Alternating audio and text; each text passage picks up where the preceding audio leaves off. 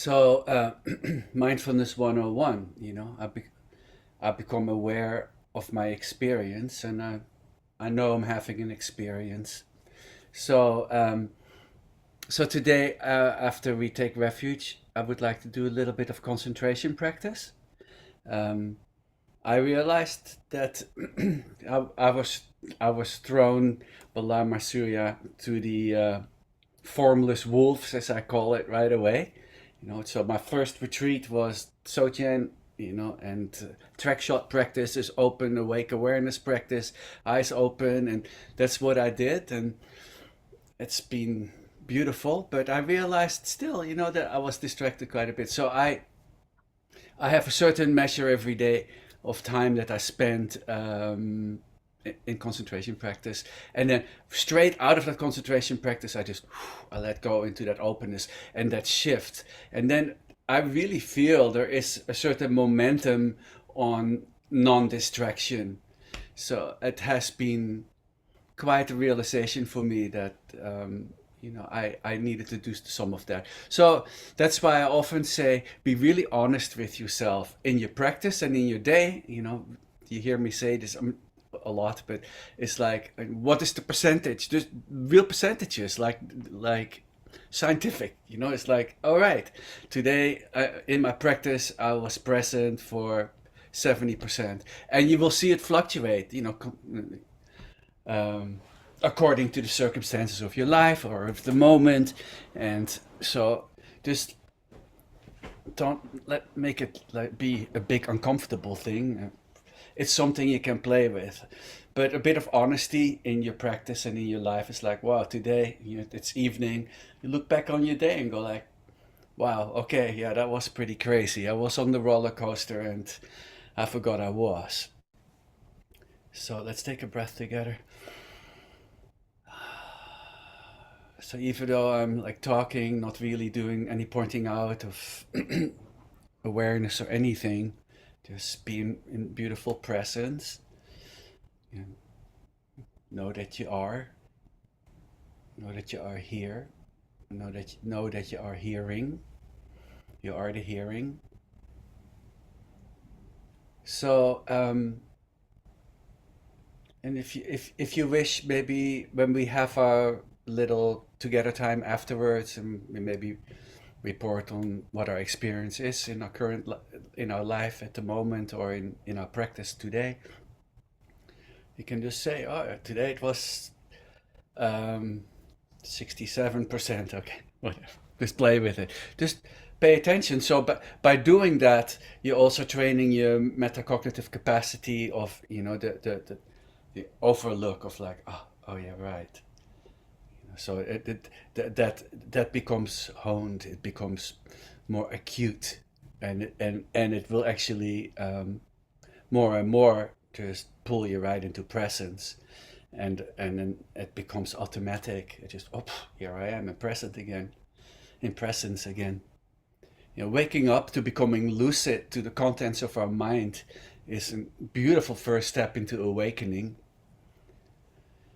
And I read somewhere some neuroscientist said that people with untrained minds are aware of less than 99% of what takes place in their minds. No wonder there's so much confusion in the world.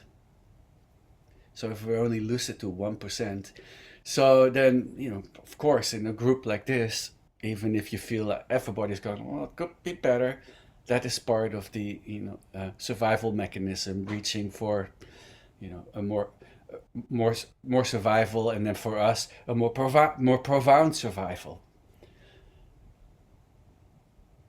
So our capacity to skillfully navigate difficulties deepens over time with this too. And then when you go in, like at the Mindfulness Awareness Research Center at UCLA, they're really clear about the fact that the central nervous that are that these exercises or these practices literally rebuild our biological capacities for well-being. So it's not only like what we have been going, like, oh, I've been reading about it, I've been noticing some of that in my life. No, it's being scientifically proven. So the central nervous system that helps us downshift from stress-induced arousal um, to the part of the brain that's capable of experiencing compassion for others. That is like also shown to be um, a proven fact. And we have already noticed that. We come to this group course, it's like, I like being with these people while I'm present. While we are present, then we start paying attention. Who's this person I'm with? This person, me. And then who does this person wish to be with? Other beings that wish to awaken. And then together we go like, now we go hold the beings that are only aware of their mind, of the content of their minds 1% of the time. So what is that most profound discovery? The first profound discovery is I am awareness. That's the first step into enlightenment, the first realization. And then the following realization is, what is the nature of this awareness? Beingness and knowing. It knows that it is. I am. And I know that I am. Like the I that I am knows that I am. And that nature of mind is ever present. Okay, and then for the tradition, this needs to come out. Please bless us that we may come to recognize the nature of mind, the natural state. And then the playfulness is, please bless us that we may come to recognize my nature of mind. Sure. Enjoy. That's the joy body, as they call it. I'm enjoying my nature of mind. Mine. Okay. It's fine as long as I know that that feeling of me and I-ness is a playfulness and a temporary arising. And then we come to realize and identify that awareness is by its very nature peaceful and loving. Let's take a breath on that.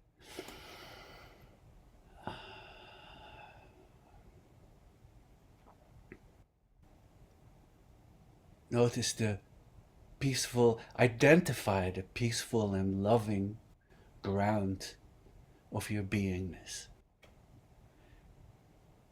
Like this soft, sweet absence of lack and the fullness of being, a contentment of with everything that just is right now.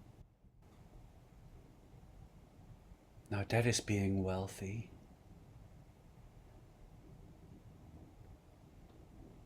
Ceasing the search for something is the greatest form of wealth.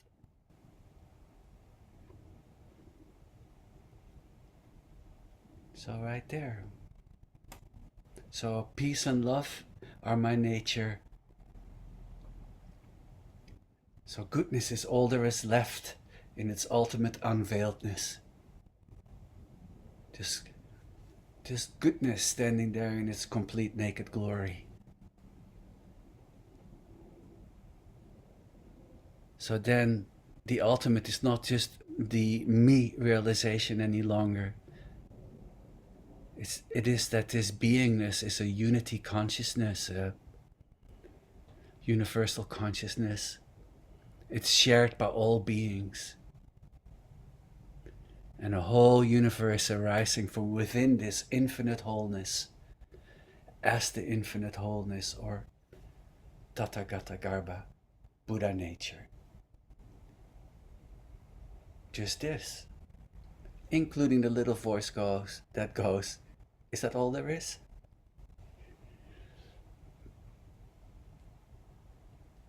That's pretty creative. The fact that consciousness exists in its incredible boundlessness and its lovingness, that we still have the voice arising that goes like, I think there is something better to come.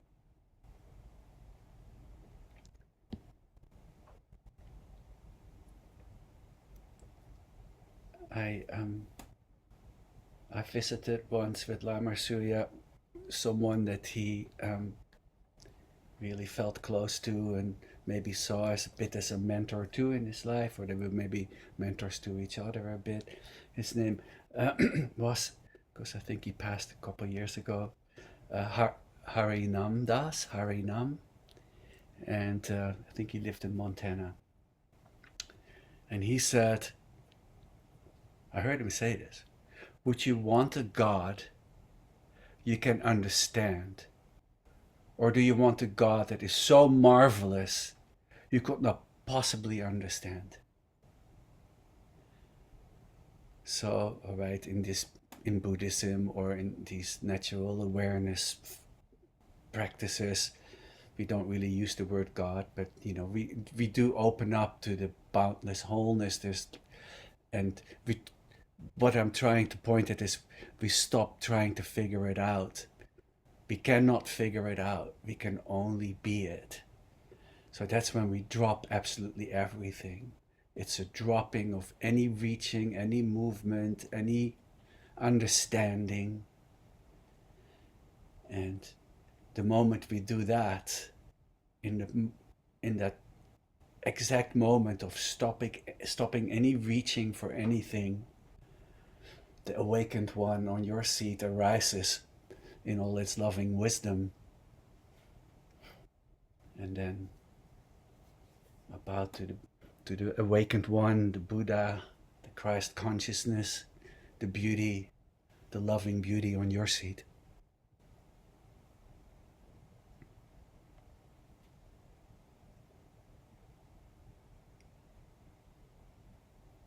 So coming together here is very loving. And I want to say one more thing that I just read. Carl Jung said, love is considered a function of relationship on the one hand, and a feeling toned psychic condition on the other, which, as we have seen, practically coincides with the God image. So back to so marvelous, it can't be understood. It doesn't need to be figured out. It just sits here and shines with loving presence, and then it becomes the skillful means of the awakened one, and the skillful means of the awakened one wishes to share. And then we set the purpose of our practice on behalf of all beings. So let's take a breath together and really set our intent, really feel into it. May we awaken on behalf of all beings, so there may be peace in this world. May there be the origin of peace is in my heart, but may the peace of my heart infiltrate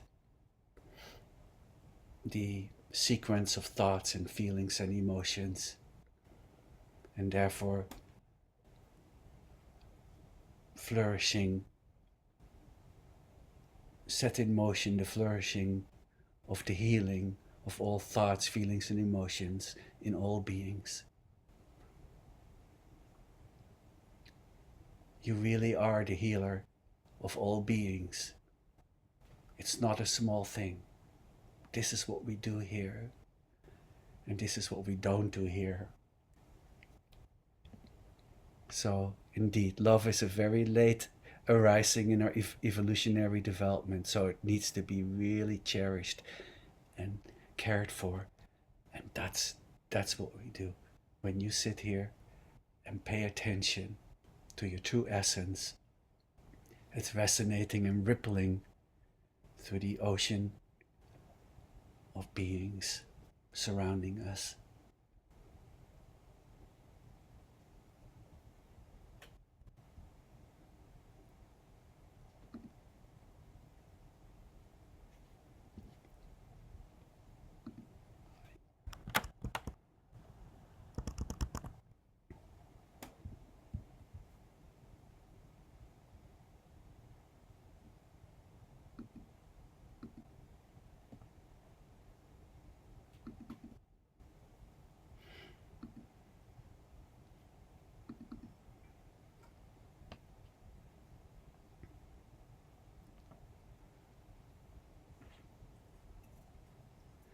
Songje chodang soki choknam la, jangchu bardu dakni kyapsuchi, daki jin so gipe sonam ki, dwala penshir songye drupar shuk. In Buddha, Dharma, and Supreme Spiritual Community, we go for refuge until fully enlightened. By the power of all six perfections, from generosity to non-dual wisdom, for the sake of all beings, may we realize beautifully loving, awakened Buddhahood. We and all beings are primordially awakened Buddha. Knowing this to be essentially true, we give rise to the awakened mind of supreme enlightenment. May all beings possess happiness and the inner causes of happiness. May all beings be free from suffering and the inner causes of suffering. May all beings remain undivided from the sacred joy, which is free from suffering. May all beings come to rest in great peace and equanimity, beyond attachment and aversion to friends, enemies, or strangers. 오진율지 눕장섬 배마이게서동폴라 이엇은 줄기 눕줍네 배마이중네 제수락 고르간드망포콜 기기 제수다루기 진지랍실색수소 구배마이스리움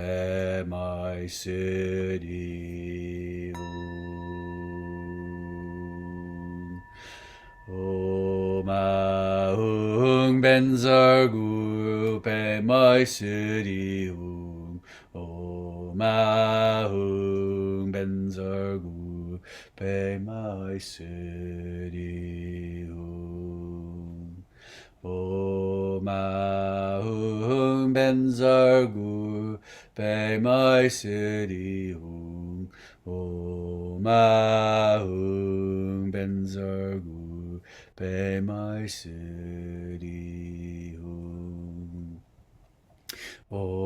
오마흥 벤설구 배마이스리움 오마흥 벤설구 배마이스리움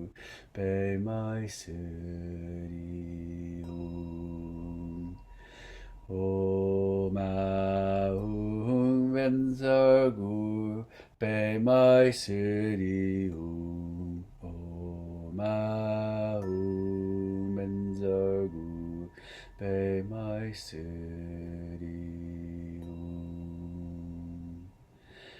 오마흥 벤설구 배마이스리움 오마흥 벤설구 배마이스리움. Softly, gently. 오마흥 배마이스리움 오마흥 벤설구 배마이스리움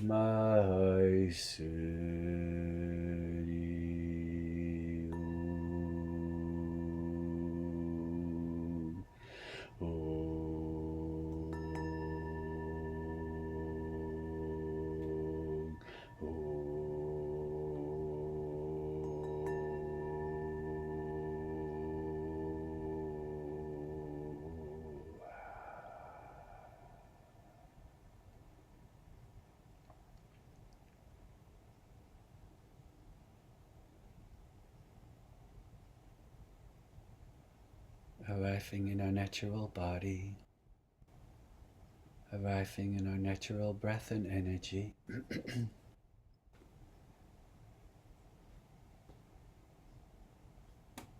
Unveiling our natural heart and mind.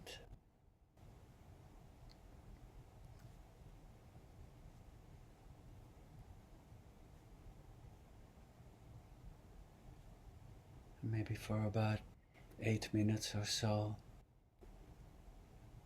Let's rest our attention on our breath. So usually in open awareness practice we relax attention. This is an actual concentration practice. So meticulously pay attention to the in-breath for its full duration. Notice that when you really pay attention that sometimes there's a little bit of wavering even. That's like just every subtle detail of that in-breath and every subtle detail for the full duration of the out-breath.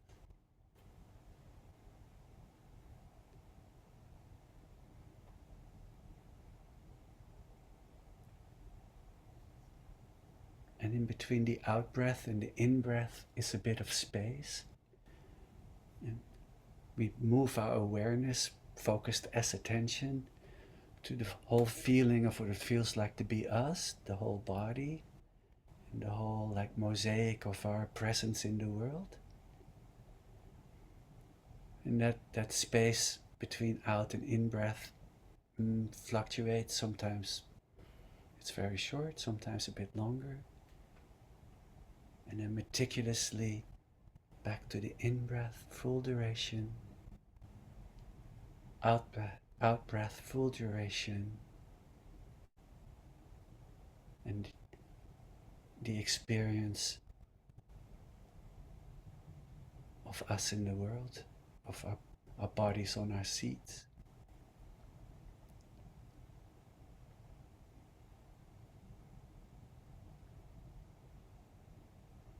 And when a bit distracted, it's okay. Bring it back to the concentration object. It doesn't matter how many times you fall off it. It's in returning where we habituate our concentration muscle.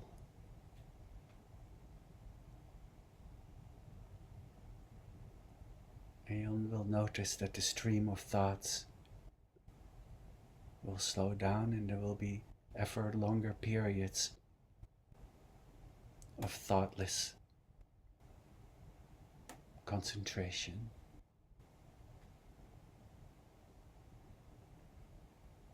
So in this practice we do wish to be thought-free.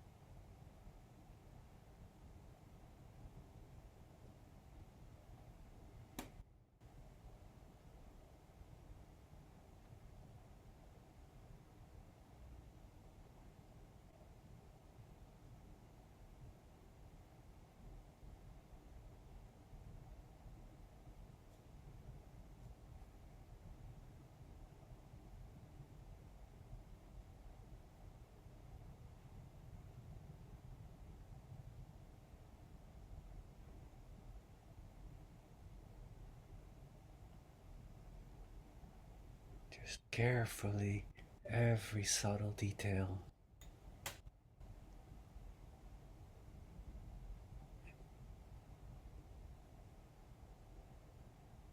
We can experience it as movement of awareness.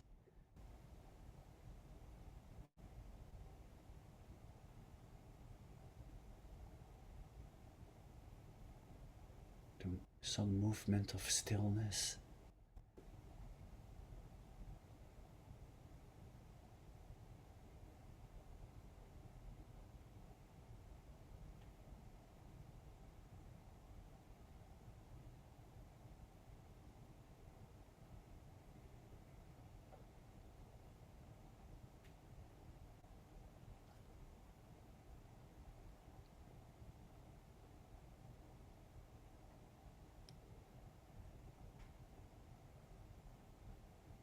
So if you wish, let's make the shift. Let's take a big breath together.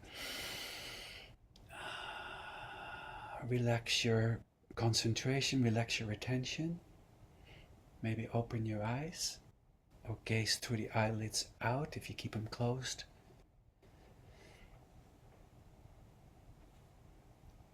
Gaze into the space all around. Don't rest your gaze on the screen or on anything small, but open up to the whole peripheral feeling, the all at onceness gaze.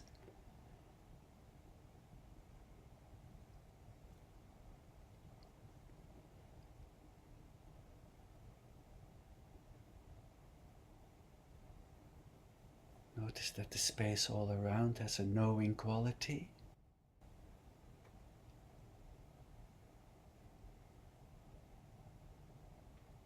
Just saturating the space.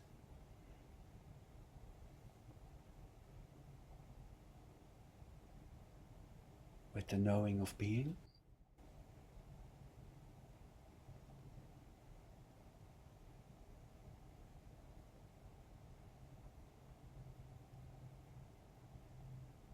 That wide open, infinite space and everything that appears in it and the knowing are one unified whole.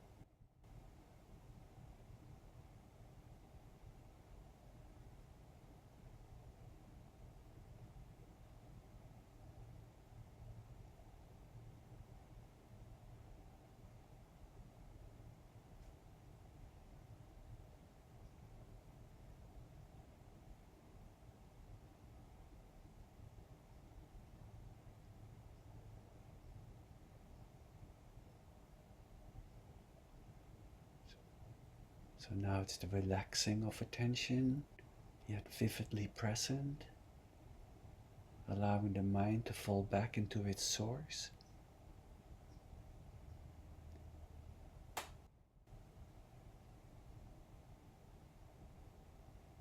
And shine with luminous presence.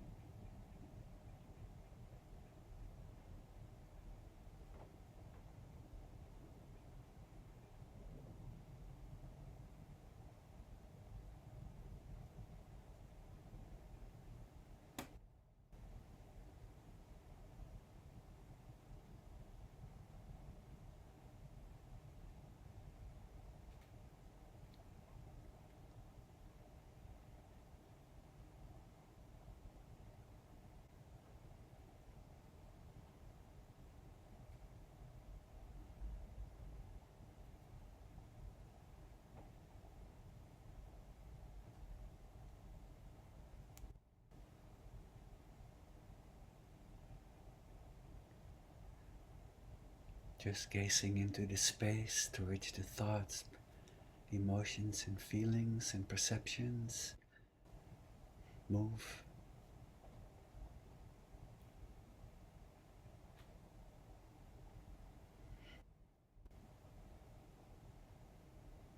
Shifting that subtle perspective to being the space in which appearance arises and dissolves.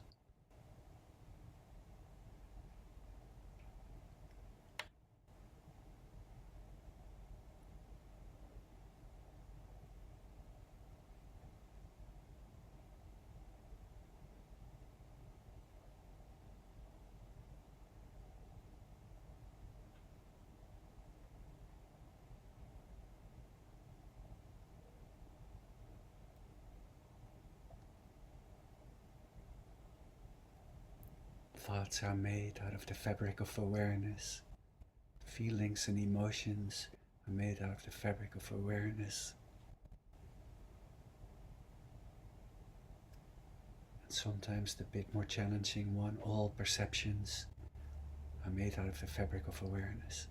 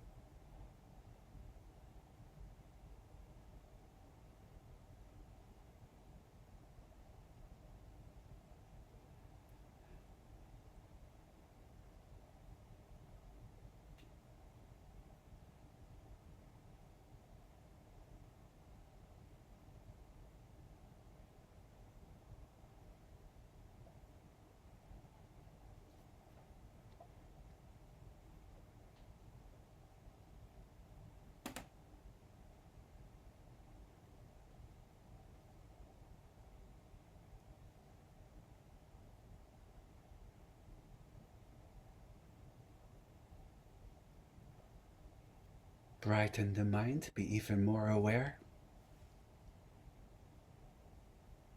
Just double your awareness.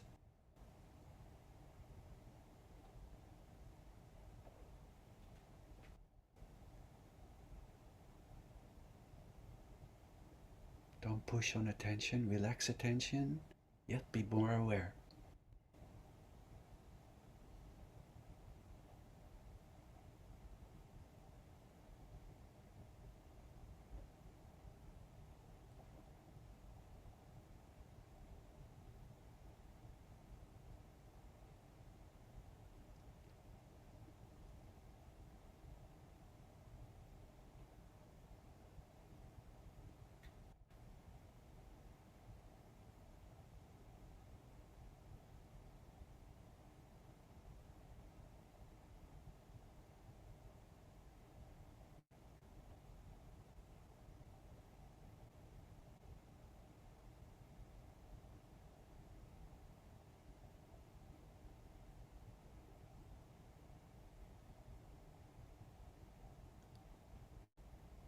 Just a stream of spontaneously present beingness.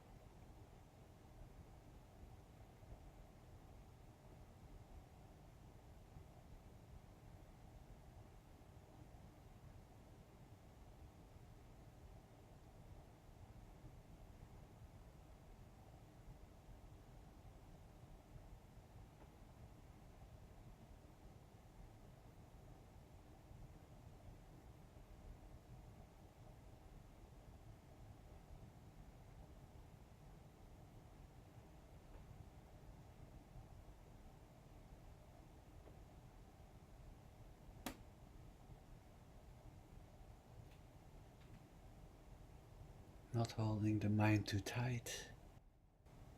Relax, relax the mind. Don't be afraid of a bit of movement.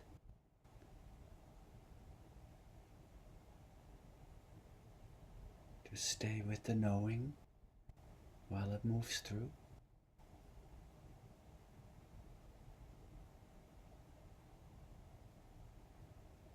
Anything that comes into consciousness is part of this meditation now.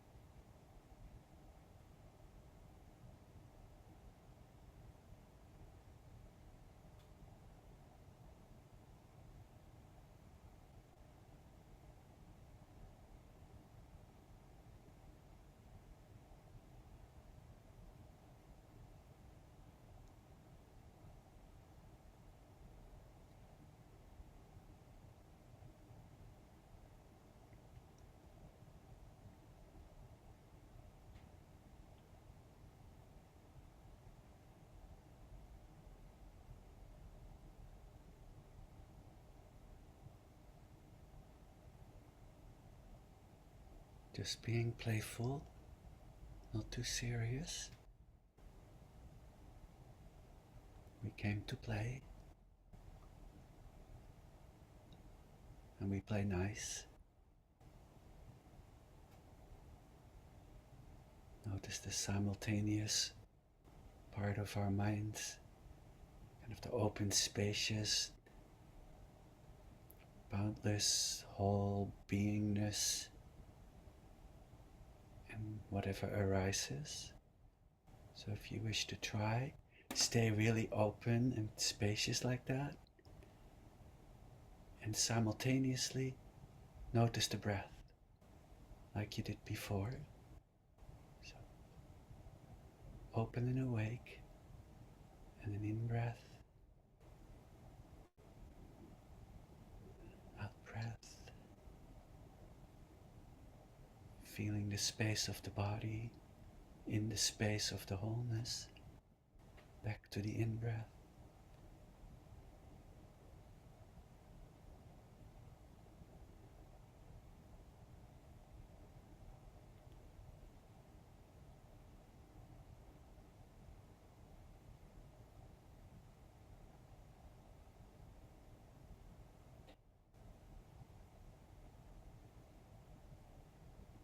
It could be a bit tricky at first not to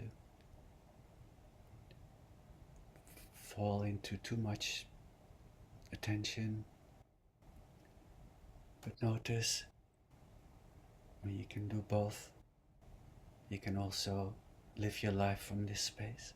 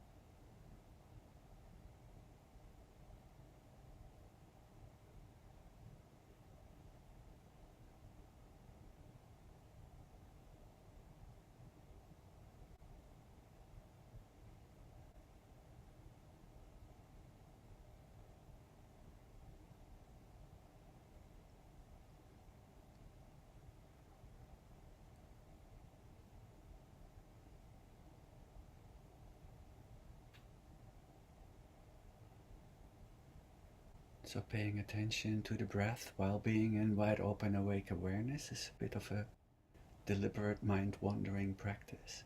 Okay, it's not wandering, deliberate mind movement practice. Let's take a breath. Just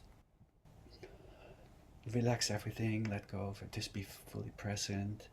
Don't focus on anything, just be here.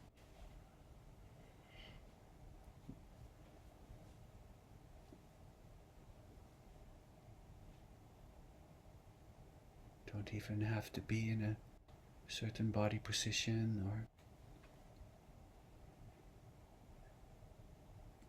be stationary.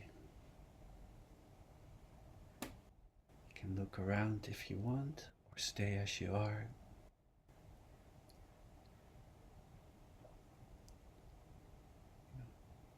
Remember some of the principles of the 8 principles of Sochen meditation. Naturalness and ordinariness is the first one. So there's a natural ordinariness in our presence.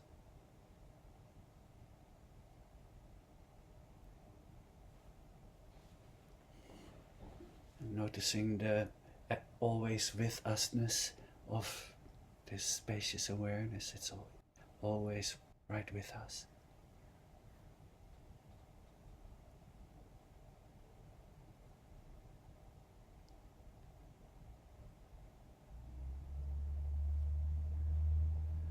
So this is the space of refuge.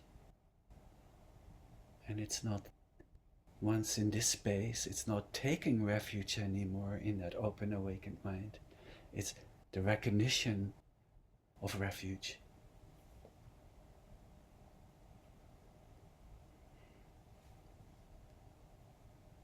And then the recognition of refuge is, as Lama Surya would say, the recognition of refuge in the good, the Buddha on your seat and on all seats around us. And the recognition of the true, which is the Dharma, the pointing out of the nature of mind and its goodness. And the recognition of the beautiful, the Sangha. Feeling indeed that love of our family, and then relaxing that into a love without object, and just sit here shining as love that does not need anything or anyone, yet anyone that moves into our realm of spaciousness. So what can I be for you?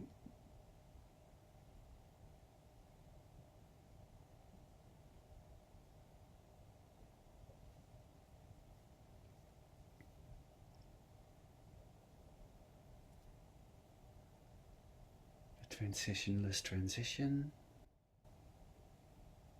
This is the space that you will spend the rest of your day in, or the rest of your days, or ever after, however you wish to feel it. And on behalf of all beings, thank you so much for your beautiful practice.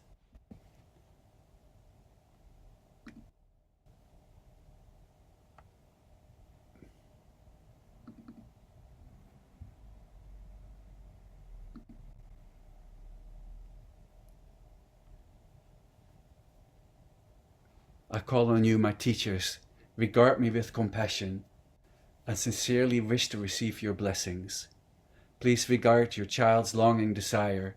Please bless me with the resolve to attain realization.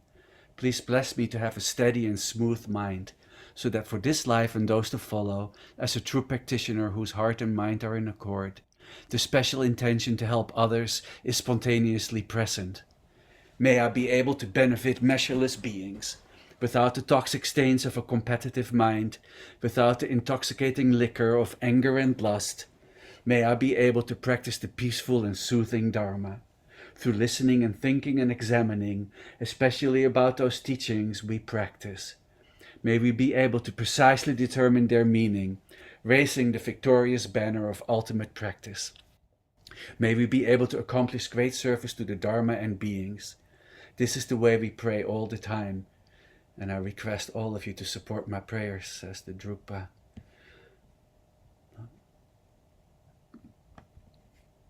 May all beings everywhere, with whom we are inseparably interconnected, and who want and need the same as we do, may all be awakened, liberated, healed, fulfilled, happy, and free. May there be peace in this world and throughout all realms of existence, an end to war, violence, poverty, injustice, and oppression. And may we all together complete the spiritual journey. One family, heart to heart, together. Love you very much. Thank you. Pop goes Tina.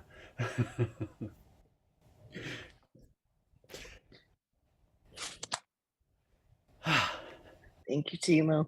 Thank you, Terry. So did anybody participate in concentration and have a realization in there that maybe a little bit more distracted or less distracted than you expected?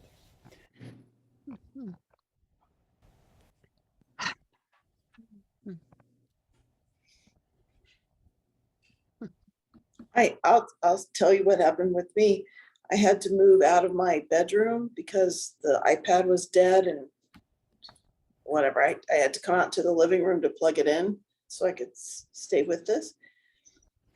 And my roommate, who was about to leave when I did that, came back in and started puttering around in the kitchen. I did have on, head AirPods. Yeah. But normally all that would have really annoyed me. And it just didn't. Well, that's a pretty big step, right? Yeah. That's the whole plan. Yeah. I mean, and he knew what I was doing. Yeah. So You didn't start a conversation or anything like that. no, I just explained why I was in the living room. Mm-hmm. And then because I started off in there, but it was about to, go out. And so I had to come out here and plug it in. Very well. So, But that was kind of cool for me. yeah, no, that's great. So may that continue throughout the whole day. And forever, I hope. Yeah, right. Including the hope, right? It's like sometimes it's fun to be on the roller coaster and get lost a bit, but it's actually the fun parts that are the most challenging for me. It's hard to wake up at the more. It's more difficult for me to wake up at the heart of fun than at the heart of pain. True. Who wants to wake up and say this is not? Um, who wants to wake up at when you're having a good time?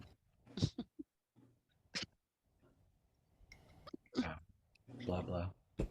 Just just be So, present. Yes. Timo, I think, Funny beer. can I speak? I think that my concentration practice is about, which I liked your number 67%. Yeah, that's so honest. I mean, that's really courageous to say because, uh, and you are doing the practice a bit also on your own, right? I am. Yeah. And then when I go into open awareness practice, I am still so distracted by the things around me. I really have a hard time just expanding my awareness and not focusing on. I'm in my office, there's a lot of clutter. And so I think to myself, well, I should just look at, a bare wall or the sky or something. I have this idea that I could, be less distracted. So then I went back to concentration practice. Yes, And that's perfect. Yeah. And what? I'm listening. mm, mm. And so I, I have some judgments about the fact that I should be doing, doing open awareness practice with more skill. And then I kind of, let go of that.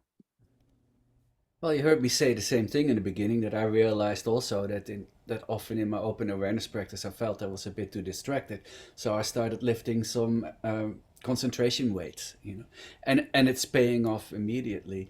And I mean, yeah, I should be doing better. That movement of mind, that's like one of the basic human mind movements. I could be better. I could be better, So look how beautiful you practice and everything you do, and you're so much like you must be so present in your life, compared to the 1% I mentioned in the beginning. So also then if you feel that you go into a space a little bit of um, the walk of shame of like coming back to attention every time is do some real deliberate, like, say to yourself, I'm actually doing really well. I mean, the fact that you have been practicing like this in your life is such a beautiful yogi. You are a very serious yogi. That's how I see you. That's how I've experienced you from the first time I met you in 2008. Um, so let me on Barney's behalf say that you're doing great. And so you said 67% today. What are the numbers? Like, what is the number of presence, like in your concentration practice, that you fluctuate in, you think, during your practice? Just generally, it depends, probably 50 to 75. So.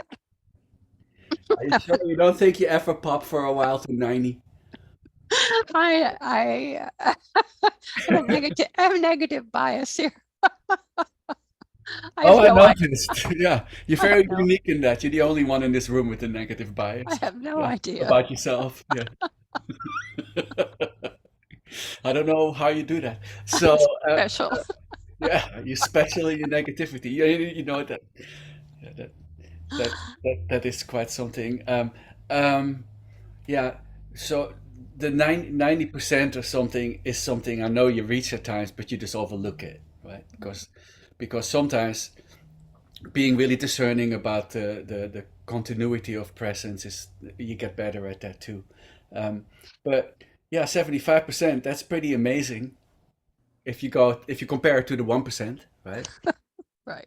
Yeah. So let's put some credit where it's due. Yeah. So and then shorties with concentration practice too. So you can just do like 10 breaths or something, like 5 times, 10 times a day. Mm, Um, so shorties practice, yeah, just sprinkle your day when you think of it. Just do yeah, it. Yeah. yeah. Well, I feel like I integrate practice into the day, um, in various ways. And sometimes I do make a note of what I'm going to be doing and using tasks as a practice. Exactly. That's perfect. Those are Uh, those are deliberate mixing practices. yeah, so I appreciate that recommendation. Um, and then there are things that I notice that I'm just paying attention to sometimes that are not, um, I haven't scheduled. So, You yeah. forget we forget the schedule, but setting that intent, when like a certain person walks into our lives, to go like, Yeah. oh crap, I better be present with this one. So just to have that already, that we do that, Yeah. and then maybe later on, then the negative bias again. Well, that was only 30% successful, because Right. some situations are more challenging than others. So that's setting the intent for certain tasks or whatever, like the famous I'm doing the dishes in the sunshine of light, of love or life or whatever, so that's great. So you can do the dishes now, but can you quarrel while you're present? Well, maybe not, Mhm. but so setting that intent, and then ultimately you just said that you're mixing it Mhm. throughout the day. I think you're in your negative bias, you overlook how profound that is. Uh-huh. Yeah. So Well, congratulations. thank you. Thank you for your help, your helpfulness and your support. Yay, Bonnie. Oh. Thank you, Barney. Thanks.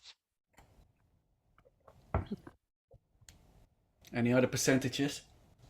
Hey, I just want to say, I don't know very much about baseball, but isn't like batting average when it's in the threes, then you're doing phenomenal. And so like maybe we should be looking at this like as a batting average, like you know, if the others are 1%, I don't know.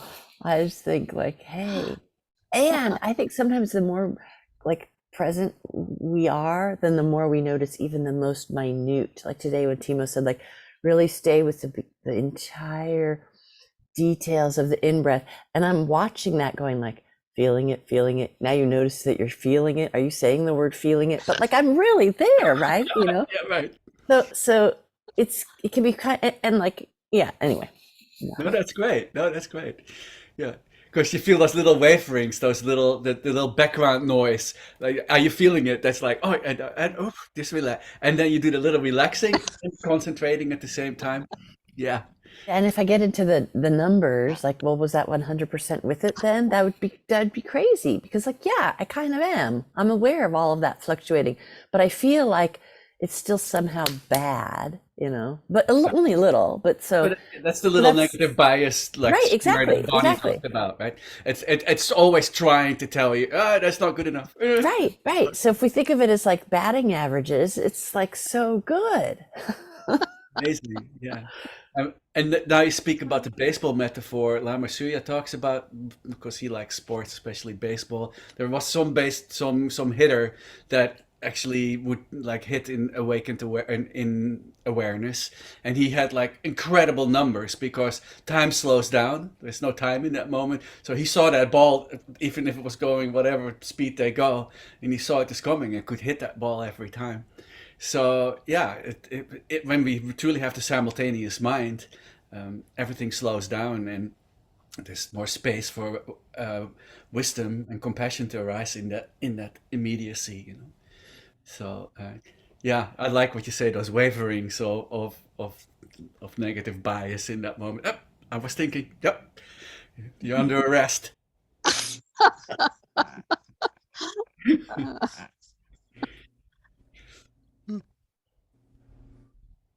My experience was very similar to Tina's.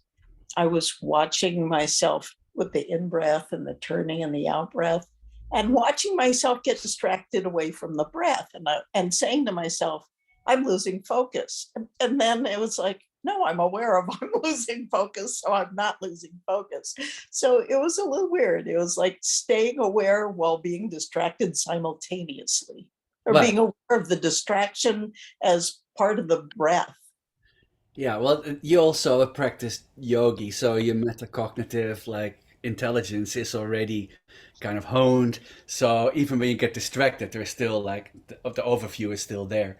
But indeed, this when we do concentration practice, it's really trying to be in a state of no thought, right? So you start noticing those little wafers, and it will get calmer and calmer the more you do the practice, right? And maybe the concentration practice is not for you. I'm not saying do this, but if you feel you're distracted, this could be a tool that will help you. I mean, obviously, shamatha, as they call it, concentration practice, is part of Sochen too. You know, right? I mean, that's in the beginning. That's all what all the little monks and nuns do in the monasteries. They first do concentration practice and all the forms they have for that. And it takes a long time before they get pointed. The nature of mind gets pointed out to them.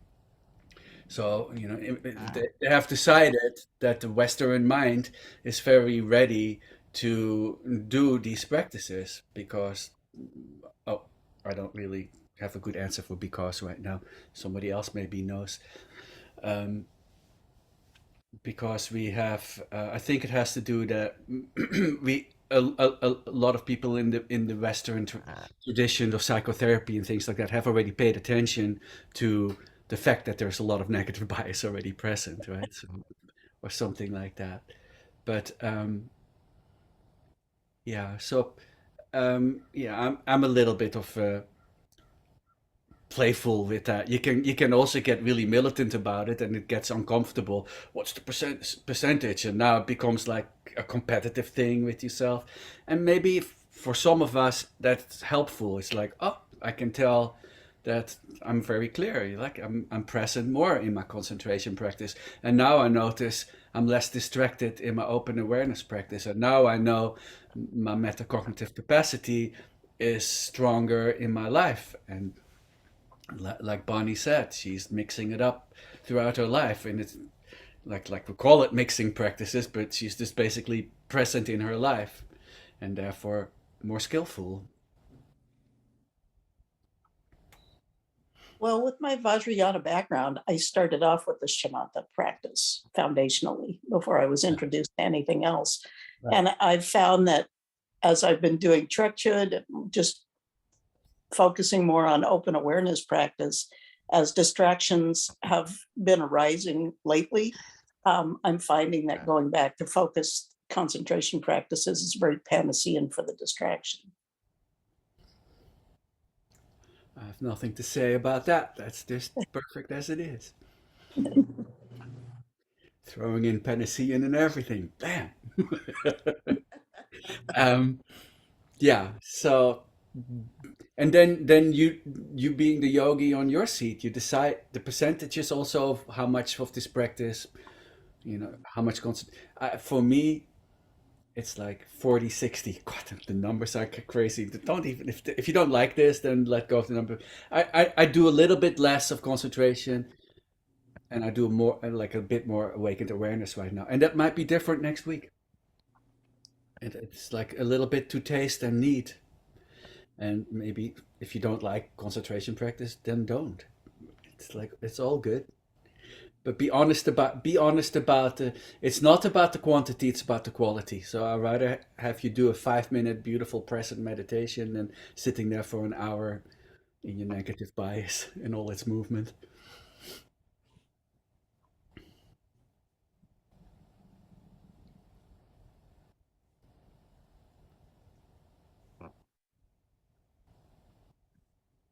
Hi, Timo. Hey Terry, Happy New Year. Happy New Year. So with shamatha practice, I don't know. I don't experience the gap. Ah, The breath comes in and it goes out, but my awareness of the gap is not there. And so then I start to spin well, where is the gap? What is the gap? How is the gap? I mean, what is the gap? I mean, I just, because I sense the breath come in and then it just goes out. And actually shamatha practice, I'm kind of uncomfortable with, like, I'm not relaxed when I do it. And I don't know if that has something to do with it. Like I feel like it's a task. yeah. Whereas, Yeah. yeah. And so, whereas when I do open awareness practice, I'm pretty relaxed. I mean, that is a very easy, comfortable, open-eyed experience for me. It always has been. Sure. So I'm wondering about that gap.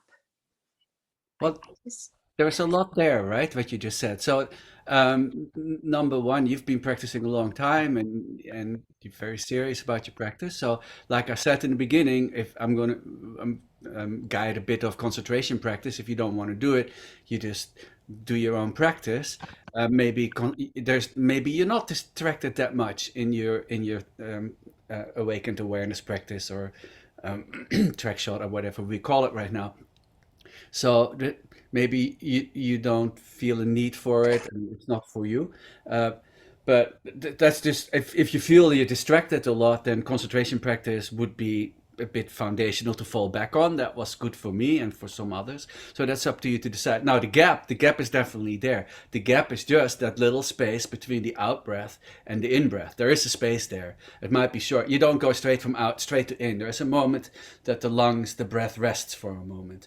In that moment, I want you to create like a contrived also doing. This is a doing practice, right? This is not a non-doing. And you Okay. being a Sochen yogi, go like, I don't like that stuff. Yeah. But keep in mind that shamatha is part of Sochen ultimately, Sure. right? But you decide if you want to be with it. But about the gap is definitely there. In that moment of the gap, you just feel your body and everything that you are. Just like feel the totality of it for a moment. So what we create is a movement of attention or a movement of awareness. It's with the in-breath. You see, I have a visualization because with the in-breath I go up and with the out breath I go down. And then I go like, oh, I'm visualizing a little bit something here with my breath. Then I drop that too, right? So now I'm just pure concentration. And then in that in-breath, you just feel who you are, just like right there shimmering. And then ultimately there are, like in Mahamudra, there are practices that are building on that also. Right, so then you start having the body arise like a body of light in the space, right? So you can feel like the body. So it's the actual movement of the arising of the Buddha in the world, of Terry in the world, and then back to the concentration practice, in, out, and the body, or the totality of what it is that you are in this world, however that feels right now. With the tightness, whatever is going on, a bit of a feeling, an emotion, a little shimmer, maybe no thought, but it's the totality of it. It's like a mosaic of coagulation of what it feels like to be us in that moment. That's how I play with it. So, but there is definitely a gap. So just notice the gap between the out and the in breath. And that can be sometimes longer or shorter depending on the need for oxygen. Yeah. And for some people, paying attention to the breath is not comfortable because then it becomes instead of just watching the breath, we start becoming a little contrived about the breath, and Yeah. it's not natural anymore. So you get good at that. And if you have a problem with like getting an uncomfortable breath going that is not completely natural anymore, then we can talk about that. What I noticed is I know the range of my lungs on the in breath and the out breath while I do that practice, and then I just go like, oh yeah, don't take too much oxygen, and then I drop that too, and then there's a naturalness in a certain range where you start noticing you don't need a whole lot of oxygen when you in presence. In both, I think in awakened awareness practice and in concentration practice, I noticed that maybe I use only a partial of my lung capacity. Yeah. Yeah. It's funny. Sometimes when I practice it, it feels like when you're snorkeling. Yeah. It's there's like the concentration, but there's a wholeness. There's a, I don't know, and the water is there, and when I start to sense it like that, it kind of opens up a little bit. Yeah, I was snorkeling and a half or two. Well, I've done it a bit more in the last couple of years, but there were times that you start, it's kind of uncomfortable, right? It's like Right. you have to relax. You just Well, you relax. have to relax. Yeah. Yeah. And I think that's the part of the shamatha that is like,